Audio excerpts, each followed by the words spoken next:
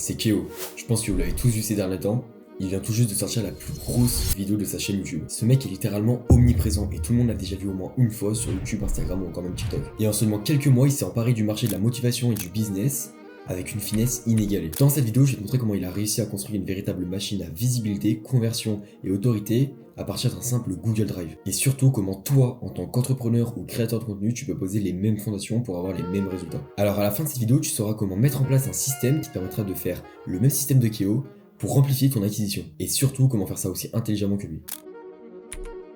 Si on devait résumer sa stratégie en une phrase, ce serait de maximiser sa portée en organique tout en minimisant ses efforts. Et littéralement être présent sur tous les formats en envahissant le marché. Parce que c'est bien connu, plus une audience elle va entendre quelque chose, elle va le voir, plus elle va y prêter attention et plus elle va y faire confiance. Et surtout, plus elle va l'intégrer. Et ça c'est bien connu, c'est un biais cognitif qui s'appelle le biais de simple exposition ou de manière plus simple, de familiarité. Mais alors pourquoi ça marche ? 1. Notre cerveau il perçoit une information qu'il a déjà connue comme une information de confiance. 2. La répétition réduit la charge cognitive. À force d'exposition, on n'a plus besoin d'analyser, on adhère juste. Et 3. Ce mécanisme est d'autant plus amplifié lorsque la source provient d'une source émotionnelle, ou vient d'une source qui va être perçue comme cohérente et intelligente pour le cerveau. La stratégie de Keo s'adapte donc parfaitement à ce biais et c'est ce qui amplifie son impact. Mais alors, comment envahir le marché ? Grâce au clipping. Là où la plupart des créateurs de contenu s'arrêtent à publier leurs propres clips, Keo il a compris quelque chose d'essentiel.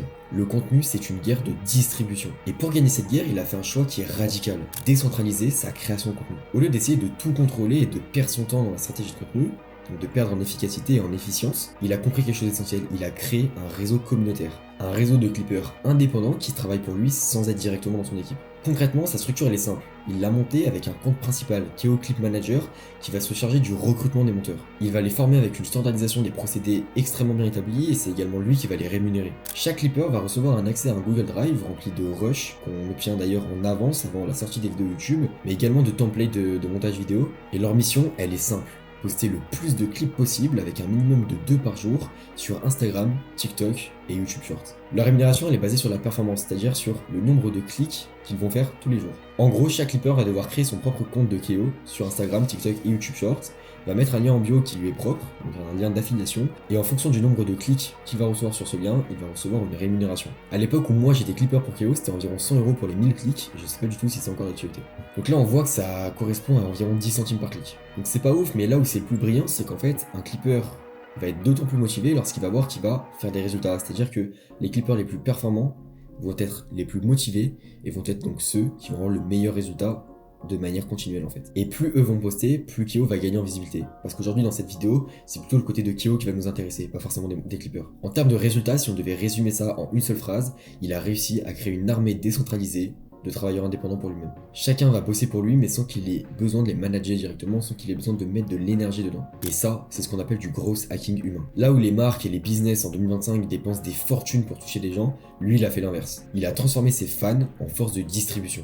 Et ce système, on voit que c'est un système de génie parce qu'il s'auto-alimente. Plus il va y avoir de clics, plus il va y avoir d'argent pour les clippers, plus il va y avoir de motivation, donc encore plus de clics. Vous voyez que ça fait une sorte de roue, une sorte de cercle vertueux pour Keo. Et en marketing, on appelle ça un écosystème organique scalable. Un système qui est vivant parce qu'il grandit tout seul, tout simplement parce qu'il va pouvoir produire de la valeur à chaque étape du système. Et c'est là toute la différence entre un créateur de contenu et ce que j'appelle un architecte de visibilité. On va désormais passer à la partie 2 de cette vidéo qui concerne son funnel. En marketing, la première chose qu'on retient lorsque l'on veut créer un système d'acquisition, une stratégie de contenu, c'est le funnel. Et globalement, on peut diviser ça en 3 parties. Le tofu, le mofu et le bofu. Donc le tofu, c'est le top of the funnel, c'est le haut du panier. C'est là où on va attirer en fait l'audience, c'est là où on va gagner en visibilité. Le mofu, c'est là où on va éduquer l'audience, c'est là où on va progressivement l'amener vers la conversion. Et le bofu, c'est là où on va convertir.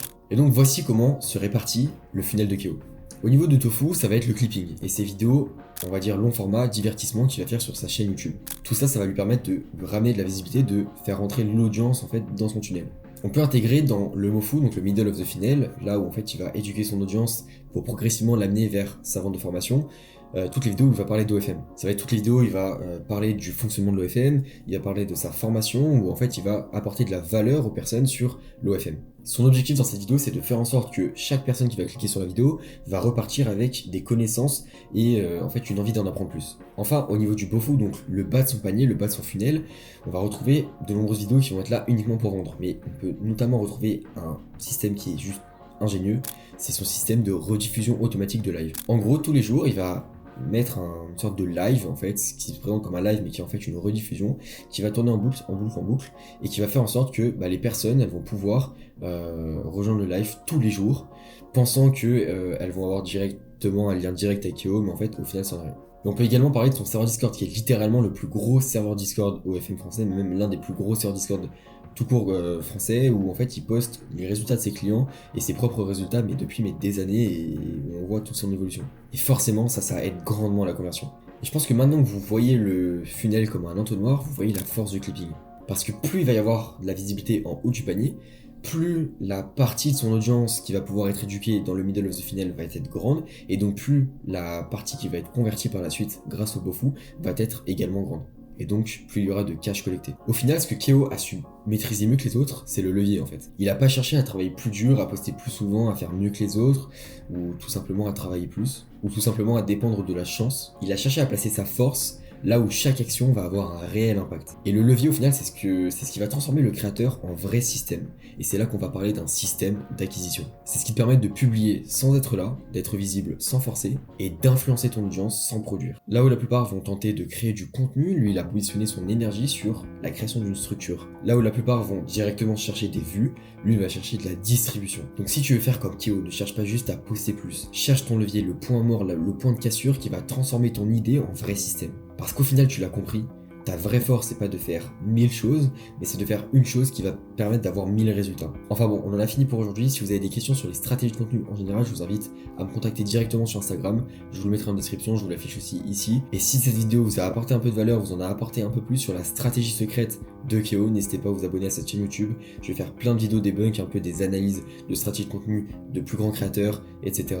Il y a une vidéo sur Alex Hormozy qui arrive bientôt, donc n'hésitez pas à vous abonner, ça me ferait vraiment plaisir. Et n'hésitez pas à mettre en commentaire votre avis sur cette vidéo, on est toujours là pour progresser. En tout cas, merci beaucoup pour être resté jusqu'à la fin, n'hésitez pas à faire un tour sur mon Instagram, il y a beaucoup de valeur aussi là-bas. Merci à vous.